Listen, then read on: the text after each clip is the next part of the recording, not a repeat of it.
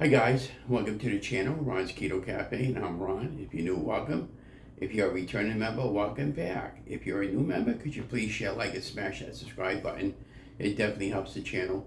And before we get started, I'm not a medical doctor. I don't make any medical claims. This is all based on my own personal journey, so please do your homework first. And for all you new members, welcome. And for all your returning members, welcome back. Well, today marks week 18 weight loss results, May 12th, 2025. I'm down to 260 pounds, so I had a 5-pound weight loss this week. I feel really good. My last time I weighed myself on my scale died on me, my floor scale, so I have a battery. I'm going to try to replace it, and then if it still don't work, I'll have to buy a new scale. So I'm thinking about maybe it's time to upgrade to a new scale anyways. They're not all that expensive, but I want to get a Bluetooth scale so that when I weigh myself, it'll download the results right into my mobile app, and and I can keep track that way too, as well as besides taking a photograph of the scale number. But yeah, it's going really good. I didn't do anything different this week than I did last week. I did a lot of walking this week. I walked since the beginning of the new month now, my 60-mile walking challenge. How that is going. I'm 23 miles of walking in already for the young month. I did one day that last week. Had an agenda. I wanted to see if I can get out there and do a 5-mile walk. I not only did the 5-mile walk, I overachieved the 5-mile walk. I ended up with 5.5 miles of walking that day. I did street walking, and it's my favorite activity. The only thing about street walking is you got to be really careful and vigilant. With the traffic, a lot of times they don't pay attention. So one day before I went walking, I was praying that I had a good, successful day walking, safe day, and I was asking for a message from my spiritual message. I didn't care what the message would be, regardless. It could be something simple as a heart-shaped cloud, and giving me a message, or a rainbow along my way, or anything like that. So anyways, I'm sitting down resting after about maybe 4 miles of walking on a railing over there by the side of the road, and then I look down and I see 2 quarters heads up about a foot apart from each other. So I pick up the quarters and I have a photograph of that above. But I thought it was pretty interesting that my spiritual guide was watching over me again, and so going forward, we're going to continue on with the walking challenge. I'll have some photographs up behind me. Going into work this morning, so how that is going really well. I feel so bad for them up there at the store there where I'm working at Marshall's there, because they have people scheduled to come in, and they Mother's Day weekend this past week. So if you're a mom, happy Mother's Day belated. And my mom's been gone since 2009, but I know she's smiling down, watching all over us. But, these girls, they want to work, or these kids, and they, nice day out. There's something comes up at the last minute, they don't want to work. And when they don't want to work, it puts a strain on everybody in the whole department store. We had the 2 days in a row that I worked Saturday and I worked Sunday. And Saturday I worked at the 10 o'clock shift. And then Sunday I came in mid shift to 5:30 in the afternoon. And we had nobody to put away the clothing back there, and so when I left yesterday afternoon, I could have stayed at 10 o'clock had I wanted to. We had nobody to put away the clothes. We only had 3 or 4 people working in the entire store for the size of that store. So, I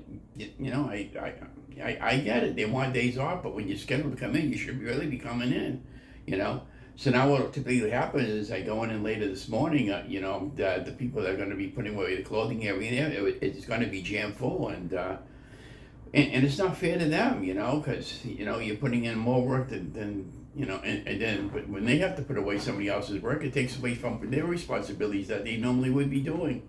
And it puts everybody behind, and I understand that, and I feel so bad for these supervisors that have to deal with that. I mean, I didn't even get a break till late in the afternoon, almost to an hour before I was getting ready to go home, because somebody came in that either got a call to come in, or they just had it scheduled in, and otherwise I wouldn't have gotten a break. But I knew one thing. Come the end of my shift yesterday, I called the young girl over. I said, "Can you get somebody over here so I can go home?" And he goes, "I'm not staying. I'm too tired," because I had worked the overnight shift at 10, came in that afternoon, and I'm scheduled to come in early today. And if I had to stay and work to 10, I wasn't coming back. I was just going to walk out, punch out, say, "I'm not coming back." You know, I don't want to get that frustrated, but you know, and that's where we are with that. But I like the job, and the extra money has been helping a little bit because it just covers my wife's bingo expenses, and you know, because she likes to do bingo every week, and I use the rest of the money to, you know, help us out with a food order and gas for car and a little bit of extra money for the week. So, but you know, and I could get pretty much almost as many hours as I want as they become available. You know, the last 2 weeks in a row, I'm doing 20 hours a week, and I'm only scheduled to work 8. So, you know, I take a few extra days here and there when they become available. But you know, if any of those young gals and girls watch my channel, just remember that if you're working at a part-time store or part-time, when you call in sick, you're putting a strain on everybody that works in your store, wherever you're working, you know. But, you know, I get it. But, so what do we got coming up this week there? We're going to be continue doing the walking and everything. And, got some really good days coming up this week. This coming Saturday, I'm working Saturday late in the afternoon, but we have a citywide yard sale Saturday. We got the Sheldon Farms Blossom Festival. So, and we have a little building in our city called the Number 6 Schoolhouse. It's been there it's one of the oldest schoolhouses in that originally was used as a school, and they're gonna have a craft fair over there. So we're gonna attend all 3 of those events there, and you know, and then I go to work in the afternoon, and then I'll work to 10 o'clock that night, and yeah. And the other thing, Donna went to Bingo Friday night. She getting nothing. She can't win for anything lately. But it's been a long time she's won anything, and but you know, hopefully she's been waiting. She just can't get the number to get called to win. You know.